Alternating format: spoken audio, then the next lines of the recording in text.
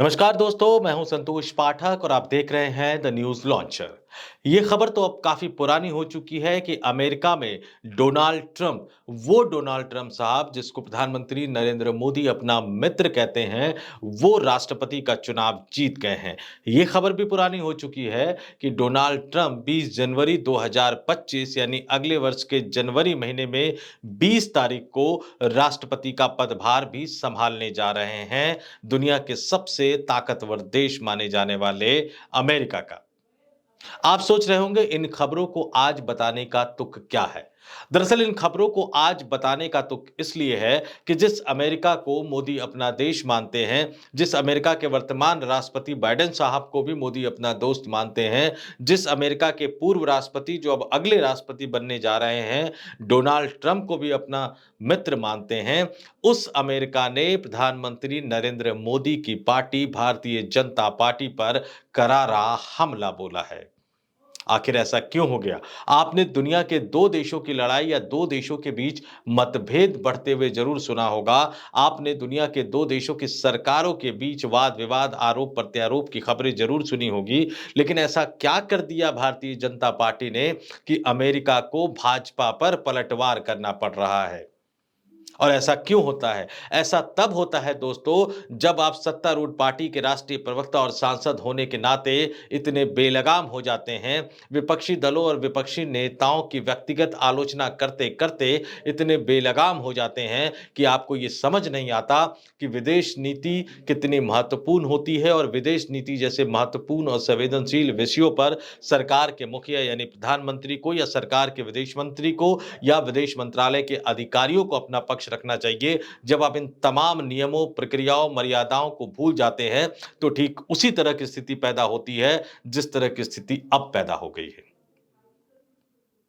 भाजपा के राष्ट्रीय प्रवक्ता और सांसद का ये पूरा अधिकार है कि वो विपक्ष की आलोचना करे, विपक्षी नेता पर हमला करे, लेकिन उसकी भी अपनी एक मर्यादा होती है। दुर्भाग्यपूर्ण स्थिति ये है कि तमाम राजनीतिक दल आजकल शब्दों की मर्यादा और व्यक्तिगत सम्मान की मर्यादा को पूरी तरह से भुला चुके हैं और ऐसा इसलिए भी होता है जब नेताओं को, सांसदों को, प्रवक्ताओं को, खास तौर से सत्तारूढ़ पार्टी के नेताओं, प्रवक्ताओं और सांसदों को ये लगता है कि वो कुछ भी बोलने के लिए स्वतंत्र है, उनके खिलाफ कुछ नहीं हो सकता। जब सत्तारूढ़ पार्टी के नेताओं, सांसदों, प्रवक्ताओं को ये लगता है कि उनकी योग्यता नौटंकी करना ही है, वो जितनी अच्छी नौटंकी करेंगे, जितना अच्छा नाटक करेंगे, पार्टी उनको उतना ज़्यादा प्रमोट करेगी, उनको प्रवक्ता से सांसद बना देगी, संसद में भेज देगी और अगर वो सांसद है तो मंत्री तक बना दिया जाएगा। जब ये क्राइटेरिया हो जाता है बड़ा नेता बनने का और लोकप्रिय नेता का, तो अक्सर नेता इसी तरह की गलतियां कर देते हैं। लेकिन इस बार की जो गलती है भाजपा के नेताओं पर, भाजपा के प्रवक्ताओं पर, सांसदों पर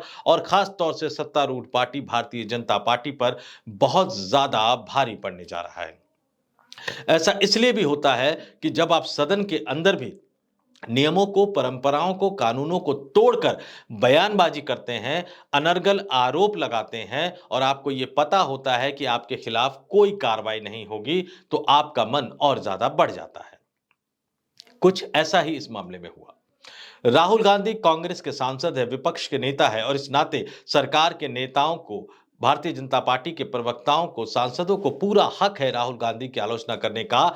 लेकिन जब वो आलोचना करते-करते शब्दों की मर्यादा भूल जाते हैं और ये तक कह देते हैं उस नेता के बारे में जो जनता द्वारा निर्वाचित सांसद है, जो सबसे बड़े विपक्षी दल का नेता है और लोकसभा में विपक्षी दल के नेता की अहमियत क्या होती है, ये हम और आप सब जानते हैं।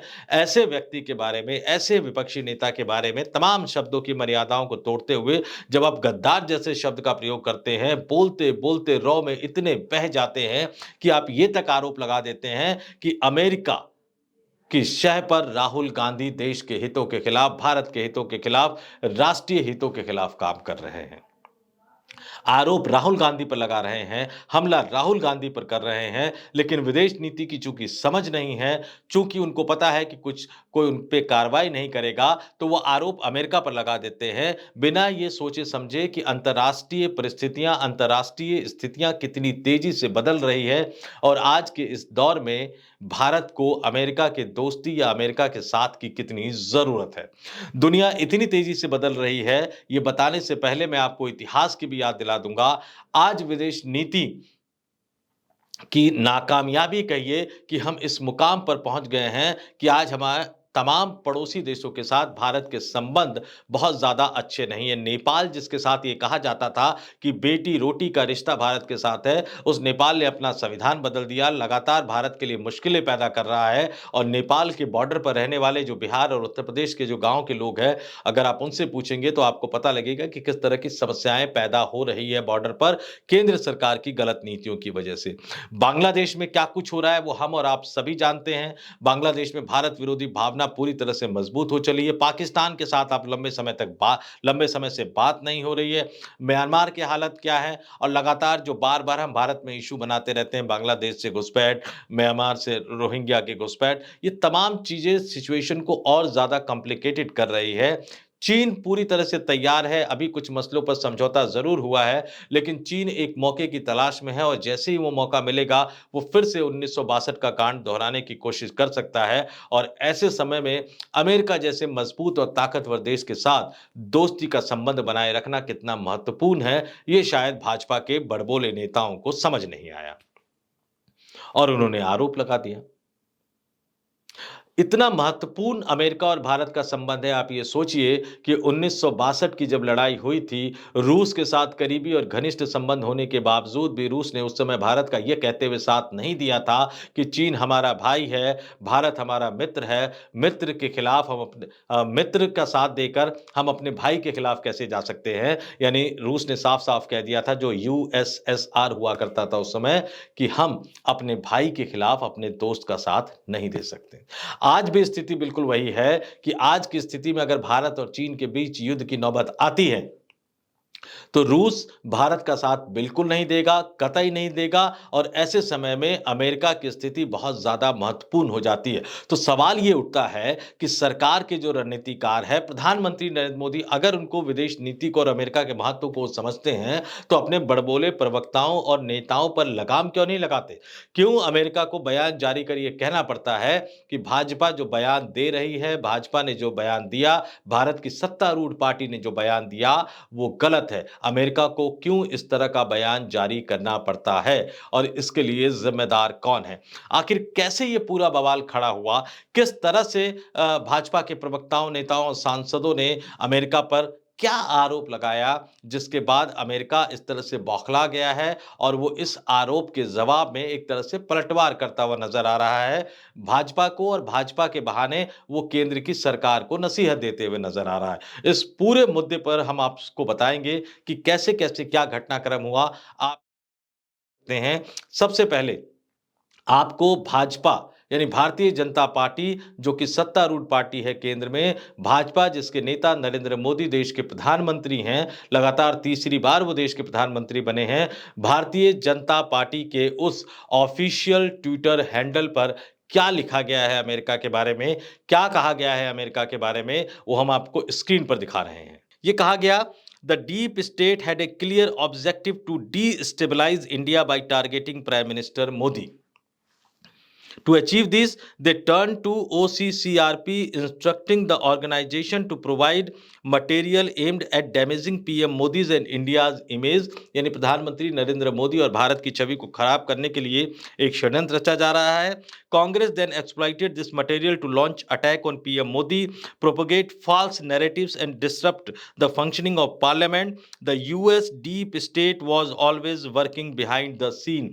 यानी अमेरिका के बारे में कहा जा रहा है कि वो प्रधानमंत्री नरेंद्र मोदी और भारत को बदनाम करने के षड्यंत्र के पीछे हमेशा रहा है और स्क्रीन पर आप आगे देख सकते हैं कि किस तरह से एक-एक करके आरोप लगाया जा रहा है अमेरिका के ऊपर। हम आपको दूसरा जो पोस्ट एक्स पे किया गया है वो भी आपको दिखा रहे हैं, वो भी अंग्रेजी में है। ये भी जो इसकी भी जो तारीख है वो भी 5 दिसंबर को ही किया गया है और ये देखिए इसमें क्या लिखा गया है। It has always been the US State Department behind the agenda. यानी यूएस का जो स्टेट डिपार्टमेंट है, अमेरिका का जो स्टेट डिपार्टमेंट है, वो इस एजेंडे के पीछे हमेशा रहा है। यानी किस एजेंडे के पीछे? जो मैंने आपको ऊपर बताया, नरेंद्र मोदी की इमेज खराब करने के एजेंडे के पीछे, भारत की इमेज खराब करने के पीछे ये भारतीय जनता पार्टी यानी भाजपा की सत्तारूढ़ पार्टी का ऑफिशियल एक्स अकाउंट जो है वो ये आरोप लगा रहा है अमेरिका पे और आगे उन तमाम बातों का जिक्र किया गया है कि किस तरह से संगठन संगठन की फंडिंग की जाती है, किस तरह से भारत को बदनाम करने का प्रयास किया जाता है। ये भी कहा गया कि राहुल गांधी अमेरिका के इशारे पर ये कर रहे हैं, भारत के हितों को नुकसान पहुँचा रहे हैं, प्रधानमंत्री नरेंद्र मोदी की छवि खराब करने के लिए एक अभियान चला रहे हैं। स्क्रीन पर आप अगला ट्वीट देख सकते हैं। ये भी ट्वीट जो है वो 5 दिसंबर का है। बाकायदा भाजपा के राष्ट्रीय प्रवक्ता संबित पात्रा की तस्वीर लगी है प्रेस कॉन्फ्रेंस करते हुए और इसमें ये कहा गया है कि त्रिकोण का एक ज़िक्र किया गया है कि भारत की छवि और खास तौर से प्रधानमंत्री नरेंद्र मोदी की छवि कैसे खराब की जा रही है। इसमें ये लिखा गया है कि इस त्रिकोण में एक तरफ अमेरिका में बैठे जॉर्ज सोरोस और उनका फाउंडेशन है, कुछ अमेरिका की एजेंसी भी है। दूसरी ओर एक बहुत बड़ी न्यूज़ पोर्टल है OCCRP organised crime and corruption reporting project और इस त्रिकोण के आखिरी कोने में है Rahul Gandhi, traitor of the highest order. तो ये सीधा-सीधा आरोप अमेरिका पर लगाया गया। अमेरिका के ऊपर यह आरोप लगाया गया कि प्रधानमंत्री नरेंद्र मोदी और भारत की छवि को खराब करने का जो अभियान चलाया जा रहा है, राहुल गांधी के जरिए जो अभियान चलाया जा रहा है, उसके पीछे हमेशा अमेरिका का हाथ रहा है। निश्चित तौर पर पलटवार आना था, लेकिन ये पलटवार अमेरिका की धरती से नहीं आया। अमेरिका की तरफ से पलटवार आया, लेकिन ये पलटवार अमेरिका के दूतावास की तरफ से आया है। तो आप समझ लीजिए कि अमेरिका किस स्तर पर आकर भारत को जवाब दे रहा है। भारत की जो सत्तारूढ़ पार्टी है, भारतीय जनता पार्टी, उसको जवाब दे रहा है। स्क्रीन पर देखिए दोस्तों, ये नवभारत टाइम्स की खबर है। इस खबर में क्या है, हेडलाइन क्या है? सत्ताधारी दल का ऐसे आरोप लगाना निराशाजनक है। बीजेपी के भारत विरोधी एजेंडा चलाने के वार पर यूएस एम्बेसी यानी अमेरिकी दूतावास ने दिया जवाब। और नीचे अगर आप आएंगे तो इस पर बाकायदा यूएस एम्बेसी के अमेरिकी दूतावास के प्रवक्ता का बयान को मेंशन किया गया है। खबर किस तरह से लिखी गई है कि अमेरिका ने बीजेपी की तरफ से लगाए गए आरोपों पर प्रतिक्रिया दी है।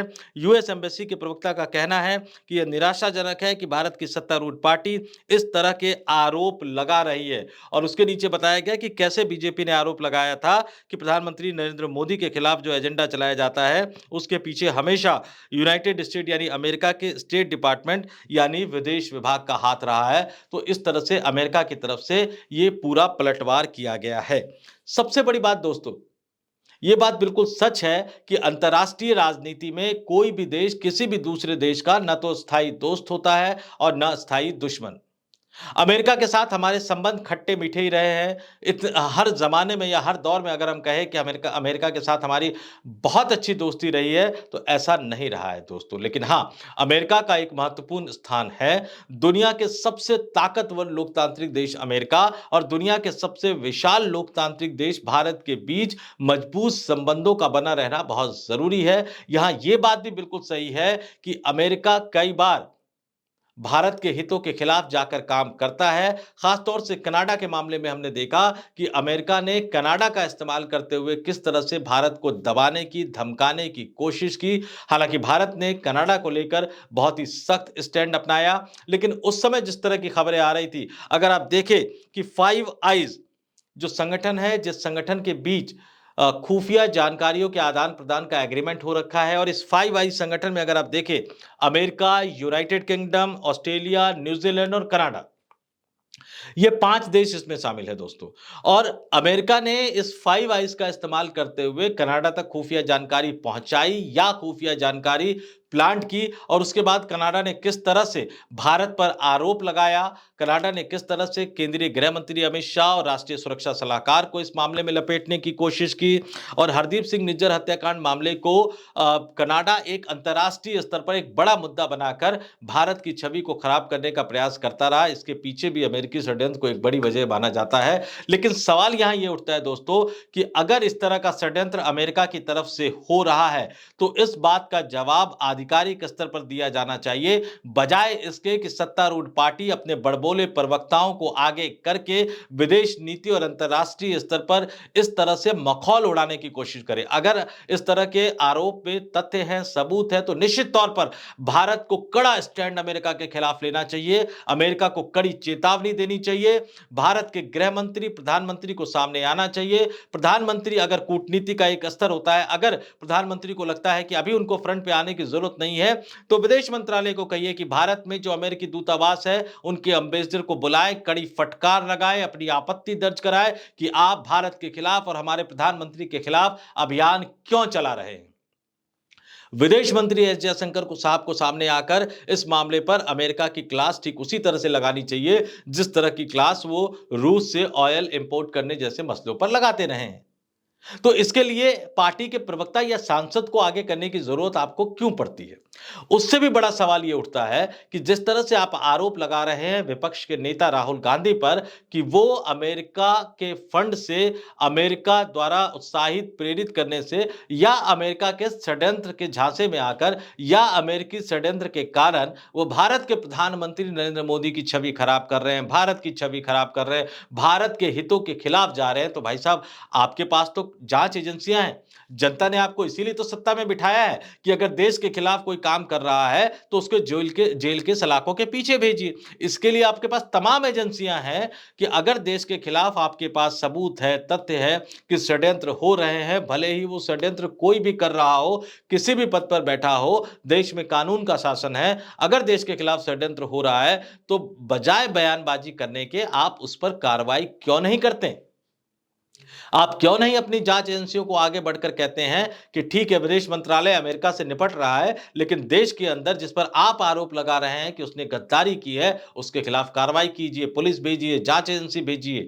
लेकिन इसकी बजाय आपके बड़बोले नेता, बड़बोले प्रवक्ता, बड़बोले सांसद सामने आते हैं और विदेश नीति जैसे संवेदनशील विषयों पर बयान देकर इस मामले को और ज्यादा उलझाने की कोशिश करते हैं। यह अपने आप में बड़ा सवाल है और यही बड़ा सवाल यह खड़ा होता है कि आखिर विदेश नीति को लेकर मोदी सरकार में संवेदनशीलता क्यों नहीं है? उन्हें मुद्दों की गंभीरता का एहसास क्यों नहीं होता और उन्हें इस बात का एहसास क्यों नहीं होता कि इस तरह के मामलों में जवाब कहां से आना चाहिए, कैसे आना चाहिए, किस स्तर पर आना चाहिए? और अगर ये मामला इस तरह से नहीं है तो फिर आपको ये भी सोचना चाहिए कि आपके बड़बोले सांसद, बड़बोले नेता, बड़बोले राष्ट्रीय प्रवक्ता क्यों विपक्ष के नेता पर हमला बोलते बोलते एक ऐसे देश पर हमला बोल देते हैं जिसके साथ भारत को अपने संबंधों को मधुर बनाए रखना आज की तारीख में बहुत जरूरी है। क्योंकि जैसा कि मैंने वीडियो की शुरुआत में बताया था कि अंतर्राष्ट्रीय स्तर पर माहौल तेजी से बदल रहा है, संयुक्त राष्ट्र सुरक्षा परिषद की सुधार की बात हो रही है और भारत एक सबसे बड़ा दावेदार माना जाता है। लगातार भारत ये कहता है कि संयुक्त राष्ट्र सुरक्षा परिषद का विस्तार हो तो उसकी स्थायी सदस्यता भारत को भी मिलनी चाहिए। ऐसे माहौल में जरूरत इस बात की है कि विदेश नीति जैसे संवेदनशील मसलों पर अनर्गल बयानबाजी से बचा जाए और ठोस कार्रवाई की जाए, ठोस एक्शन लिया जाए अगर वाकई कहीं से दुनिया के किसी भी देश की धरती से षड्यंत्र रचा जा रहा है तो। इस वीडियो में फिलहाल इतना ही। मुझे दीजिए इजाजत। नमस्कार।